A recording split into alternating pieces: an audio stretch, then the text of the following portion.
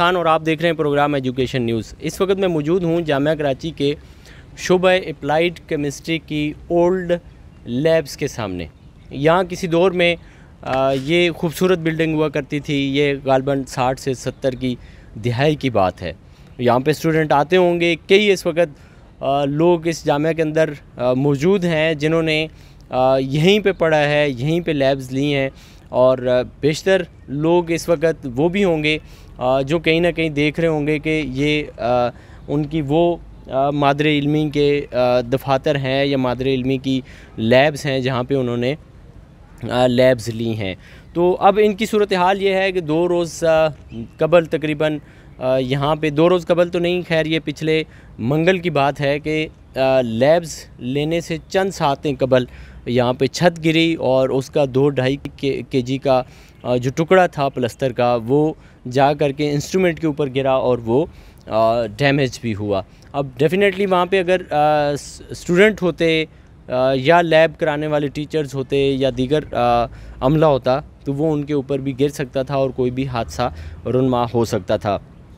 यहाँ पर ऐसा नहीं है कि ये अचानक से हुआ है, बल्कि ये इससे पहले भी इस तरह की चीज़ें हो चुकी हैं। और अगर आप इस तरफ देखें तो यहाँ पर भी लैब्स हैं और इनकी हालत तो इंतहाई मखदूश है। अंदर चल कर के हम आपको बताते हैं कि ये बिल्डिंग की अंदर की सूरत हाल क्या है और किस तरह के अंदर के मनाज़र हैं, क्या सूरत हाल है, ये अंदर चल कर के हम आपको बताते हैं। आइए अंदर की तरफ चलते हैं। ये जो है जो बिल्डिंग आपने देखी अभी, ज़ाहिर है इसका अब नया ब्लॉक दूसरी तरफ को तामीर कर दिया गया है, जहाँ पर हर साल तकरीबन 120 तलबा जो है वो मॉर्निंग में दाखिला लेते हैं और 60 स्टूडेंट जो हैं वो इवनिंग में दाखिला लेते हैं। इस डिपार्टमेंट में कुल 14 मुस्तकिल और 5 गैर मुस्तकिल असातिज़ा इस वक्त मौजूद हैं, जबकि देखा जाए तो SNE के मुताबिक कुल 20 मुस्तकिल असातिज़ा यहाँ पे होने चाहिए। लैब्स की सूरत हाल को अगर हम फोकस करें तो लैब की सूरत हाल ये है कि लैब स्टाफ इस वक्त 22 के करीब यहाँ पर मौजूद है, जबकि टोटल लैब स्टाफ जो है वो 32 होने चाहिए था। तो जब पूरे लैब स्टाफ भी मुकम्मल नहीं है, असातिज़ा की तादाद भी मुकम्मल नहीं है, तो आप समझ सकते हैं बखूबी कि तालीमी सूरत हाल क्या होगी और लैब्स की सूरत हाल क्या होगी और तलबा की क्वालिटी ऑफ एजुकेशन जो है वो किस तरह की होगी। जामिया कराची के अप्लाइड केमिस्ट्री के ओल्ड ब्लॉक में 5 मुख्तलिफ लैब हैं, जिनमें heat transfer, fluid mechanics, engineering drawing, engineering workshop और यूनिट ऑपरेशन शामिल हैं। 60 की दिहाई में बनने वाली इस इमारत और न्यू अप्लाइड केमिस्ट्री ब्लॉक की 8 लैब समेत तमाम क्लासरूम्स दफातर के लिए कुल 3 स्वीपर हैं। इंतज़ामिया की गफलत और लापरवाही का अंदाज़ा यूँ भी लगाया जा सकता है कि लैब ग्रांट के लिए 5 लाख रुपए और कंटीजेंसी के लिए 3 लाख रुपए दिए जाते हैं, जिससे इमारत का रंग रोगन, सफाई सुथराई और दीगर उमूर भी निपटाने होते हैं। अप्लाइड केमिस्ट्री के न्यू ब्लॉक में 8 लैब्स हैं, जिनमें एक physical, computer lab, analytical lab, textile lab, polymer lab, metallurgy lab, inorganic lab, food lab और पेट्रोलियम लैब शामिल हैं। ये आपको जो मनाज़र दिखाई दे रहे हैं, ब्लॉक्स पड़े हुए हैं, अंदर से आपने इसकी सारी सूरत हाल को देखा है कि किस तरह से अंदर की सूरत हाल है, और ऊपर से देखें कि मतलब आपको अंदाज़ा होगा कि कोई जी शऊर शख्स तो ये काम नहीं कर सकता। खुसूसन ये सामने जो सारी एक बीच में ये बना दी गई है, अब इसमें जब भी बारिश होगी तो पानी बीच में खड़ा होगा। जब पानी बीच में खड़ा होगा तो उसका फिर होगा ये कि पानी खड़े होने से ज़ाहिर सीपेज का सिलसिला होगा, और डेफ़िनेटली उसी की वजह से ये सारा मामला जो अंदर हमें खस्ता हाली नज़र आ रही थी उसकी वजह ये है। अब एक तो छत बिल्कुल खस्ता हाल है, ऊपर ये किया इन्होंने कि ये जो रेती बजरी है ये भी यहाँ पे रखी हुई है, फिर ये ब्लॉक्स रखे हुए हैं, तो इसकी वजह से ये सामने सीमेंट के तोड़े जो बिल्कुल सीमेंट ख़राब हो गया है वो है। तो इसका नतीजा क्या निकला कि ये छत के ऊपर इजाफी बोझ रख दिया गया, जिसकी वजह से ये कभी भी हादसा जो है वो अब जल्दी रुनमा होगा।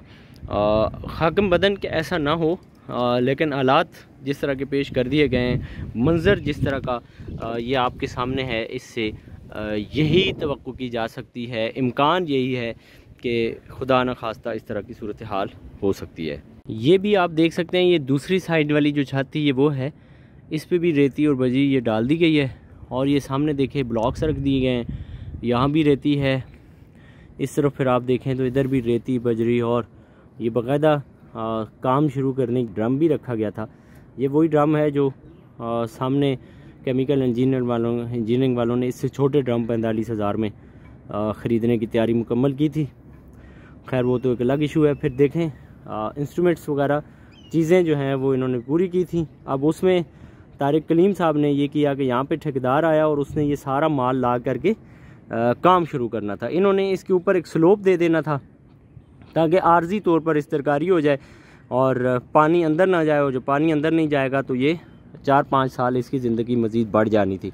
उसमें फिर हुआ ये कि जो डायरेक्टर फाइनेंस हैं तारिक कलीम साहब, इन्होंने कहा कि यार ये ठेकेदार जो है ये तो 1 लाख रुपए का सामान ले आया है, तो ऐसे तो नहीं होगा, ये कंटीजेंसी बिल्कुल थोड़ी है, तो आप कम पैसों में ये काम कराते।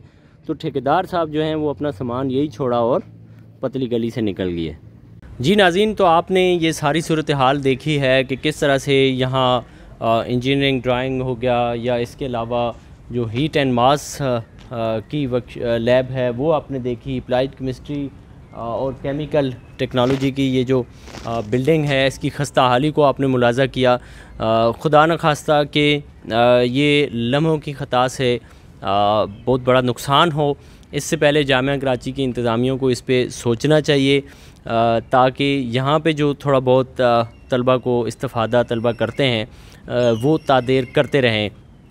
ऐसा भी नहीं है कि जामिया कराची के पास जगह नहीं है, ऐसा भी नहीं है कि जामिया कराची के पास माली वसाइल नहीं है, वो सब कुछ भी मौजूद है, माली वसाइल भी हैं, जामिया कराची के पास इस्तेदाद भी है। नहीं है तो सिर्फ़ इंतज़ामी सलाहियत नहीं है। अगर इंतज़ामी सलाहियत होती तो यकीनन ये वाले जो मनाज़र हैं ये हम ना देख पाते, बल्कि इससे अच्छी अच्छी चीज़ें हमें नज़र आ रही होती। इसी के साथ अपने मेज़बान अज़मत ख़ान को दीजिए इजाज़त। अल्लाह ने के बान।